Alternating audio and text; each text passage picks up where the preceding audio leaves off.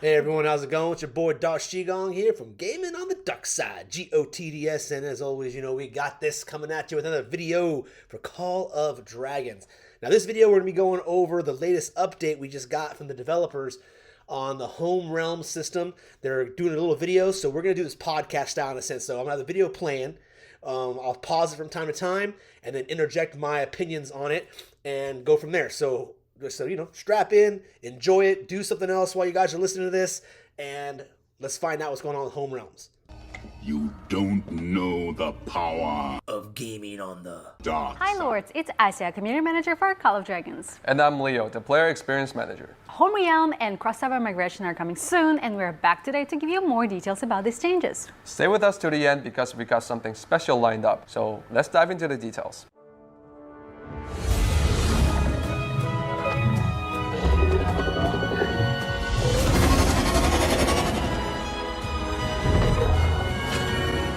The dev team decided to bring a Home Realm system to Call of Dragons based on your feedback, valuing the community sense it brings.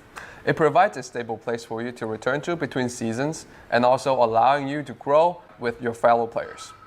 If you're in Season 1, your current server is the Home Realm server. After Season 1 ends, there will be a period of preparation before matching with neighboring servers to enter a new season. If you're in Season 2 and later, wait for the current season to end. All right, that's pretty interesting. So, like I said, if you're a brand new player to the game, you guys are starting your whatever realm you're starting in, that's going to be your home realm. But for the rest of us, we're currently in season like Belleron 2 or whatever it is and all that stuff. We're like going through Belleron all over again. So when this season ends, we're going to go back to our home kingdom, which would be our, back to Tamaris, and then with the home kingdom. My question is, are we going to have a season of just going back to Tamaris to then reestablish territory, get the behemoths, all that kind of stuff before we go into season 3? I'm really curious how it's going to work out. I'm thinking that's probably the way it's going to go. We're going to go back to Tamaris, all of us that are season 2 and beyond.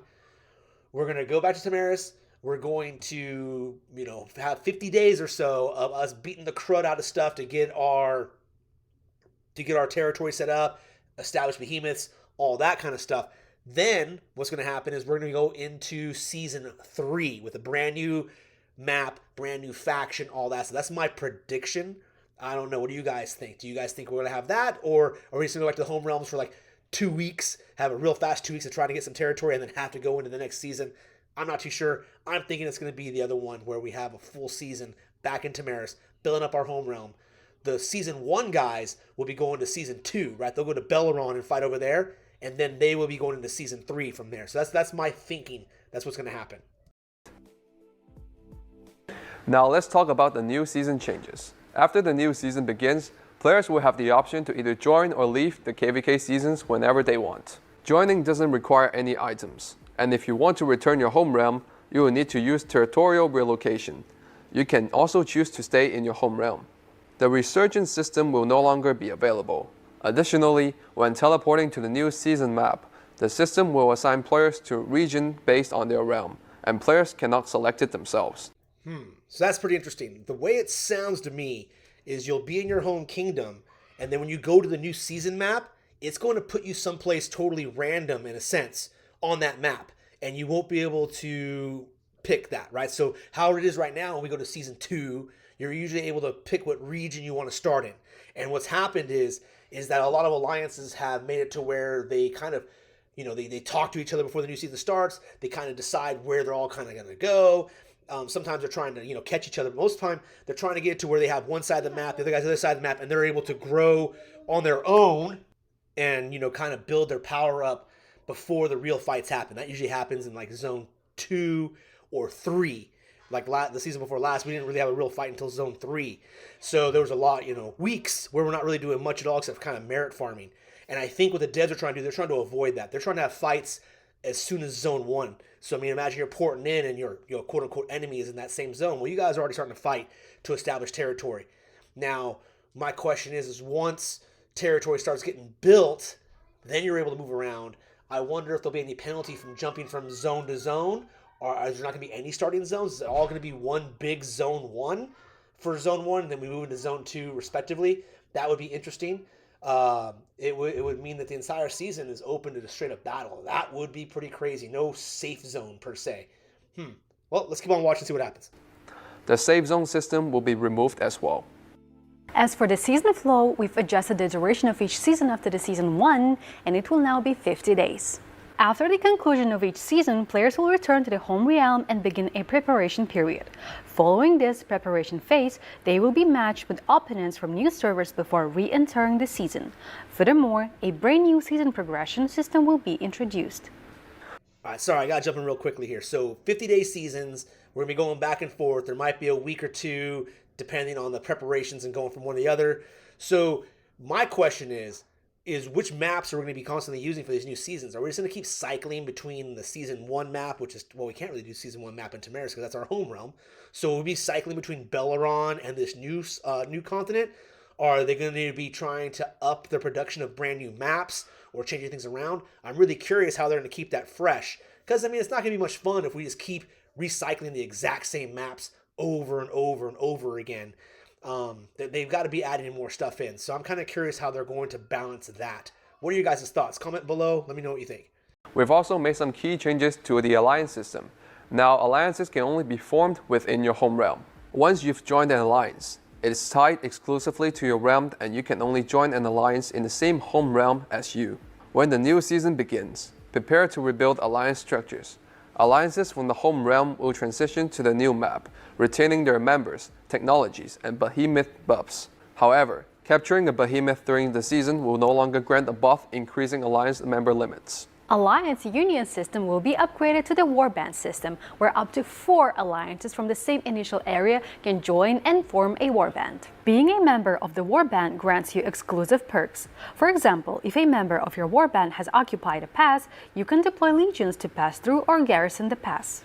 The warband system allows for greater cooperation, coordination, and mutual protection among allied members, allowing them to work together on building and upgrading structures and launching attacks on strategic passes.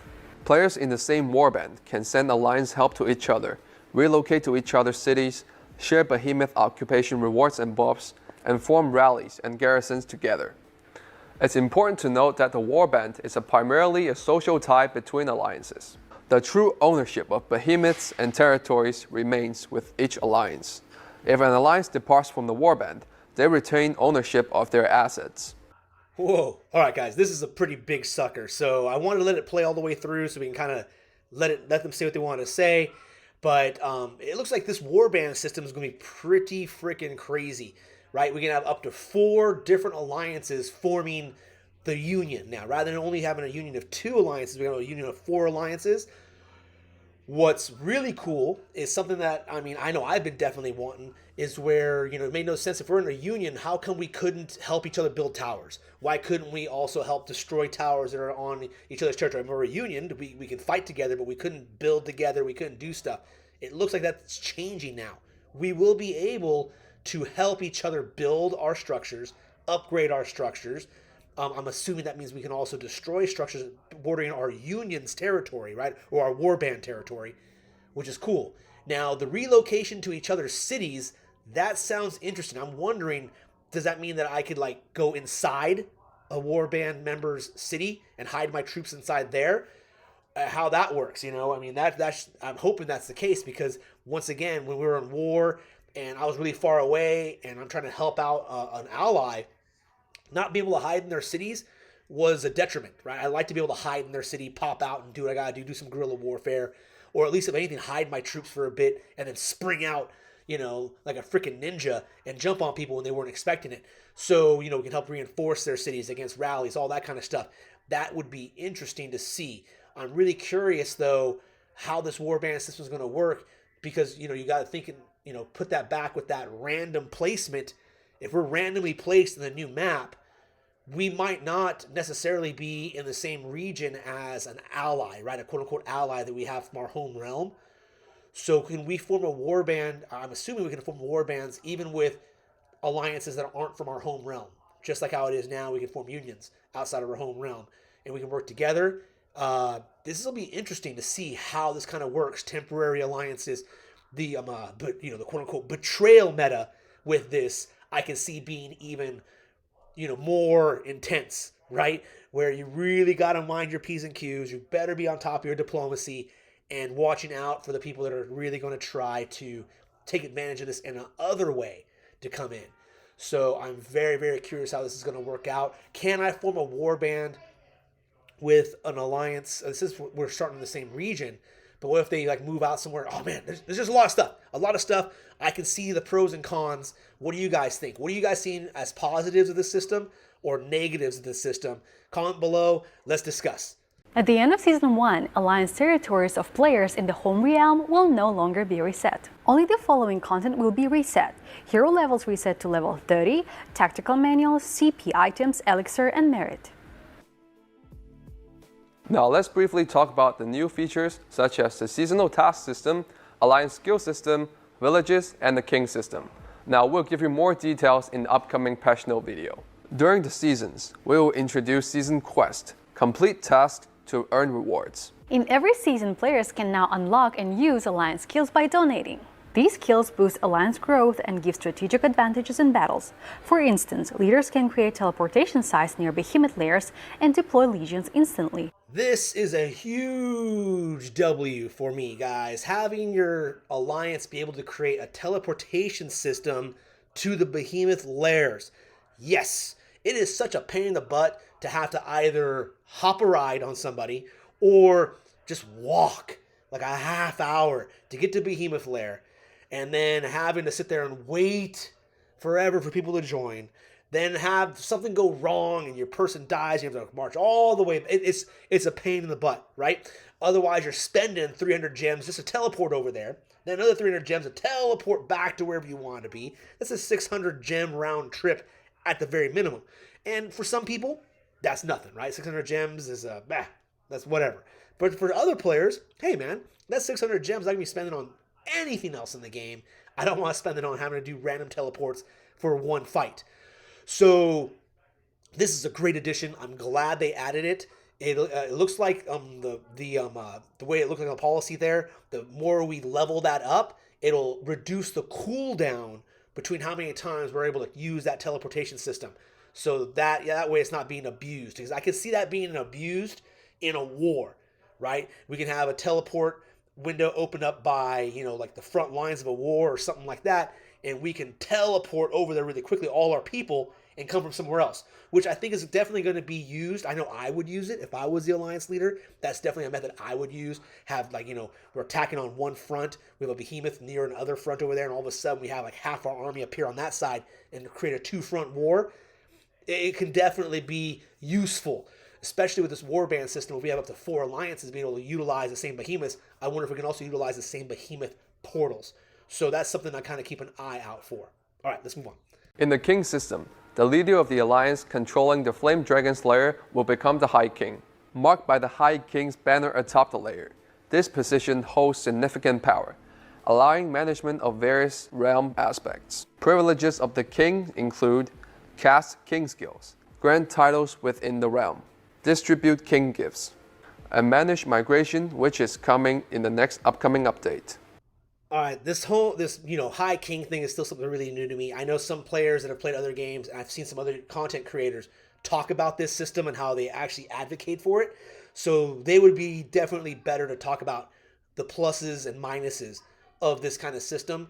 I'm just going to tell from my, since I've never experienced it, I just have my initial opinions and questions, right? One, my opinion is I can see this system being abused, right? Especially if you get like a straight up dictator with an emphasis on the dick part of it, being the guy in charge, right? I don't want to have to kiss anyone's ass. I really don't. I play this game for fun. I want to enjoy myself. And I don't want to come to this game and have to deal with the same power dynamics I have to at work, or if you're still in school, the popular kid, whatever, right? Why? You play this game and you happen to be the High King, have to sit there and bow and kiss the ring.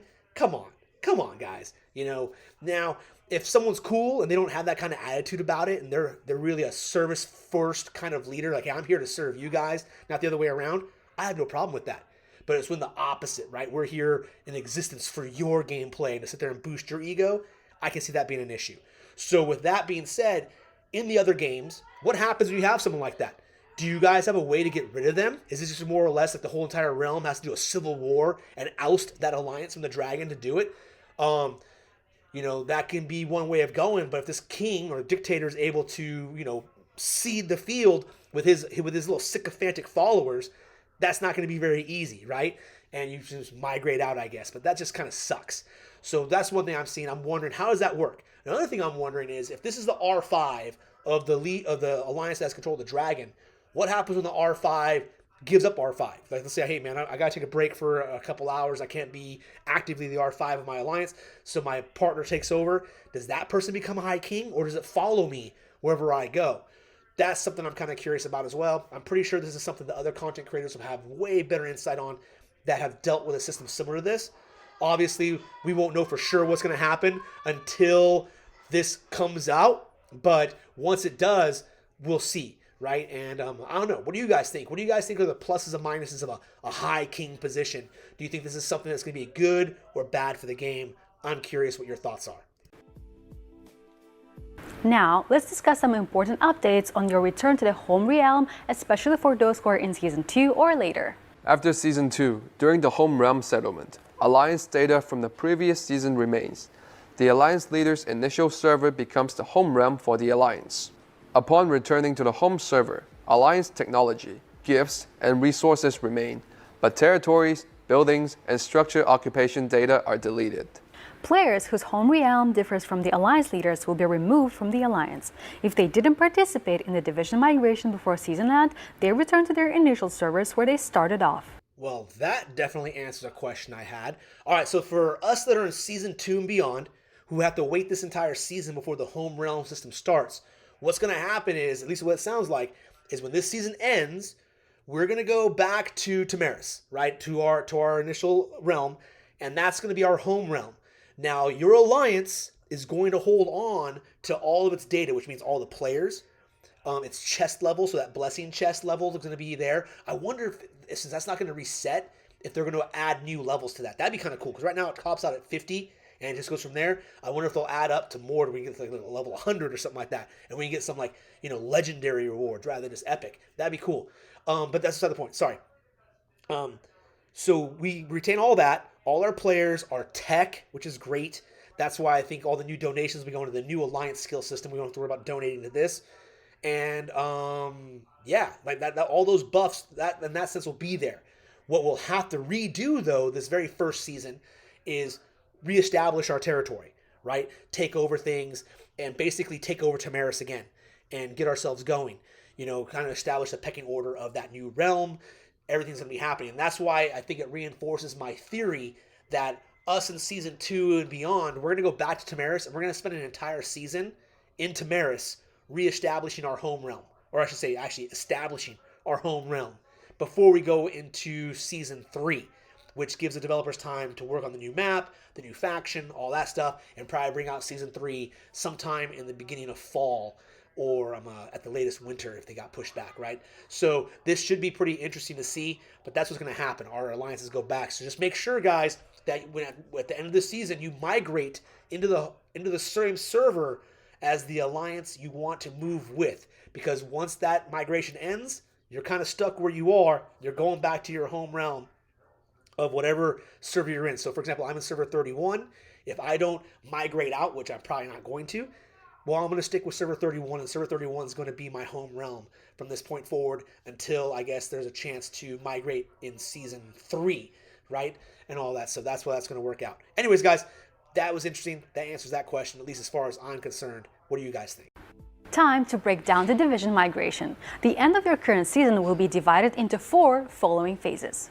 First is migration preview that shows servers available for migration within your division. Second phase is when you migrate to other division servers, uniting with players from other servers. You will have a limited window during which you can migrate unlimited times, but each migration costs gems. During the third phase, you will receive season rewards based on performance, determined by your merits, dead units, Darklings defeated, and alliance building participation. And the final stage is after the season countdown. Servers undergo data migration. Once done, you can head to your home realm. Upon returning to the home realm, all behemoths and passes are directly set to open status. Players can directly build alliance territories, attack, and capture behemoths. Lastly, for those of you wondering about the season progress in the home realm, don't worry. Everything will be marked as completed, so you don't have to grind through everything again. And there's no need to explore the fog again. All right, so you can see this just keeps on answering and reinforcing my theory that, yeah, when we go back to the home realm, it's going to be all-out war. We're going to be stuck in this season, or going back to Tamaris, that's going to be a whole season for us. We're going to have to get new behemoths, new passes, all that. But what's cool is they're all set to open. Now, if we're retaining all of our resources, which means I would recommend alliances, that you guys, towards the end of this season, you guys totally max out how much resources you have to build towers immediately, right? You're going to have all the gold, ore, wood, mana, all your alliance stuff, max that out before the end of this season. So when you guys transfer this new season, you can just go balls to the wall building towards a behemoth or a pass or whatever needs to happen, so you guys can make, you can really establish this quickly, right? We want to make sure we have a lot of we're really going to town. So keep that in mind, guys. Everything's going to be open right away. We don't have to wait, weeks or months or whatever it is for the magma layer to open up, which is crazy when you think about it, because in the starting zones, there's usually a magma right there. I would recommend trying to get that magma first, right? Get that magma out of the way, get the big behemoths out of the way, and just move on. And then we go in and we do whatever we can. It's a mad dash to that dragon so we can form who's going to be the High King. It'll be interesting. Very, very interesting to see how this goes. So just be ready. That's my advice. Save up those resources, alliances. We're excited to announce that the cross-server migration is set to launch alongside the update 1.026, scheduled for mid-June. The High King can adjust the season migration power limit of the realm to impose restrictions on the power of migrants. Each realm has a maximum quota for the number of migrants it can recruit each season. In addition to season migration, we're introducing a special migration system. The quota for special migration is limited and requires approval from the High King. Once approved, migrants entering the corresponding server will not be subject to any power or quota limitations. Lords will use the seasonal migration feature needing migration permits based on their power. The specific amount of migration permits for each tier has not yet been confirmed, and what we can say for now is that players with less than 5 million power will need 1 migration permit. You can get permits from the Alliance store or bundles. Plus, every month, players can exchange up to 3 permits from the Alliance store. Awesome. So cross-server migration will be available, at least as long as everything goes according to plan, starting in June. So that's going to be interesting how that works out, but it'll be fun because I have a lot of friends that are on totally, completely different servers, and it's hard for us to all hook up, so it'd be cool for us to finally do it, but it does seem like there's going to be some hurdles to jump through. The king, the High King, is going to have to basically approve people coming in the region or our realm, which, should be interesting. That's a lot of work. I don't want to be the High King, forget that. But they have to have certain round permits. Now, my question is this. Will the permits that I use, let's say let's say it takes me 6 permits, right? I'm going to use a round number. 6 permits for me to have to move to a new realm. I put my petition in, I bought my permits and all that kind of stuff. Do my permits get used if the king says, nope, you're not getting in, and I get refused? Do my permits get burned up, or do I keep those permits? Do they get returned to me? That's a question, because that's obviously going to cost money. The other thing is I'm assuming that this will only be available during that part of the season where we have migration open. But my question is it just, are they getting rid of division migration then? Or is this migration only open during home kingdom time, like home realm time, but during the actual seasons, there is no crossover migration? Is it only be like, hey, every other, every 6 months or something like that, or every 3 months, this crossover migration opens up because that's during home kingdom time? Or is it something we can do anytime? Lots of questions. Now, from what I've heard, this is very similar, or at least people say this might be similar to how Rise of Kingdoms does it. So if you're a Rise of Kingdoms player, you would have more insight on this. And if you have more insight on how their crossover migration works and their permit system works, please comment below, because I would definitely like to learn more about this. I'm pretty sure some of the other content creators like Chizgol and those guys that know more about how rock works will have much better insights than I do on this. So definitely when you have a chance, I'm pretty sure they're going to be dropping videos on this sooner rather than later. Watch those, because I know I will be, and we'll probably get more information from them. All right, let's move on. Now let's move on to the Q&A session. Question 1, are there any adjustments made to alliance capacity? The answer to that is no. Currently, there's no plans to be made for now. However, the alliance capacity will be determined by the following factors: the base alliance capacity, technology capacity, the home realm behemoth capacity, the home realm building capacity, and the new season building capacity, totaling a maximum of 200 people. Question number 2, can we access home realm and season leaderboards at the same time? So the answer is no, you won't be able to see both leaderboards at the same time. So basically when you are in your home realm, you can see only the home leaderboard. When you are on the season map, you see the season leaderboard. Question number 3, will the kingdom's capacity continue to change over time? The answer to that is, as the season progresses, the capacity of the home realm will continue to increase. However, once players enter the future seasons, it will remain a relatively stable maximum number of people in terms of capacity limit. Question number 4, will home realms be able to skip seasons? So the answer is no, you won't be able to skip the seasons, but you can choose whether to teleport to the season map or stay in your home map. But in the future seasons, there will be an opportunity to not sign up for subsequent seasons. Question number 5, will home realm first season also last 50 days? The answer is no. The progression on the home realm seasons is relatively the same. It has not changed, and there won't be any specific shortening in terms of time. The usual time to defeat Flame Dragon is approximately 55 days. Question number 6, will there be negative and positive titles in the realm? So the answer is yes, the High King will be able to give out the realm titles, and we will cover it in details in the next patch note video, so stay tuned for that. Question number 7, what is the division migration cost? So basically, after your current season ends, as we said, there's going to be a one-time event called Division Migration. You can migrate across your divisions any amount of times, and you need to spend 5,000 gems per one migration. Question number 8, can we keep the CP bottles from previous seasons? The answer to that is unfortunately no. So far, all the CP bottles will be scrapped and reset in the new season. But if you have any ideas that how you want to do it, you can always let us know in the Discord suggestions channel, or let us know in the comments in this video. Well, that's it for today's video. Hope you find it useful, and if you have any questions, let us know in the comments. And see you next time. Bye-bye. Bye.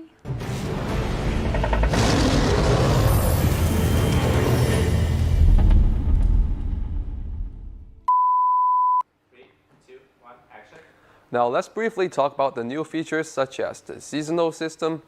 No, I just swear it on the camera, but now let's talk brief. I will tell you all about it when I see you again. Okay, let's do it. 3, 2, 1, action. The dev team decided to bring Home Realm system to Call of Dragons based on your feedback, valuing the community sense it brings. It provides a stable place for you to. No, I saw you. And there we go, guys. That's the update so far. Lots of information to cover. I guarantee you there will be plenty of videos coming out from a lot of other content creators, so I highly recommend you check theirs out too, especially Chizgol, Boss Nasty. I know he'll have something to say because he talks about this system a lot too. And plenty of other people will be talking about it. So make sure you guys check out their videos, support them as well. The more we support our fellow content creators in this game, hopefully the more word we get out for people to see this game so they join up. I'm really hoping that these new changes make it much easier for new players to join up and eventually be able to play together as friends, because right now that is definitely my biggest hurdle, trying to get my buddies to play this game that do not currently play it, is they can't play with me, right? They're so far back and behind me that there's just no hope of us playing together, and they don't want to play by themselves. So it makes it where they don't want to join up at all. So hopefully that changes. Anyways, guys, thank you so much for chiming in. This video went long because I was breaking it down, but there was just so much to cover, and there will be definitely more videos coming out in the future. So if you want to find out more, if you like this podcast style type video and you've listened this long, definitely hit that like button. Hit the subscribe button if you haven't yet, and be sure to comment below because it definitely helps out with me on that YouTube algorithm. Gets me out to more people, and I really, really appreciate it, guys. So with that being said, I'm your boy Darth Shigong, and until I see you guys again, I hope to catch all of you gaming on the dark side. I have a dream, that's all I need. I'll make it happen with some work and belief. Know what I want, so I'll take it on. I've made mistakes, but mistakes make you strong. Let's break it down for a minute. I want the crown, I'm gon' get it. You hear me loud, man, I'm winning. Yeah, Charlie Sheen will be grinning. These ladies know that I'm sinning, and this is just the beginning. I'm closing in the ninth inning. There ain't no point in resisting. Living life like a dream, live it right, that's the thing. Every night got a team, I've been tied to the scene. Out on stage, hear them scream. Okay, it's a dream, and I pray as a team. One day it'll be me. If I want it, then I'll get it. Head down, don't regret it. Push myself to the limit. If I play it, then I win it. I'm just saying, I'm just living for today. For a minute, I don't stay, I just visit. Have no shame, I admit it. Looking right at me to see if I succeed, to see if I believe. They're looking up to me. They want the best of me now, best of me.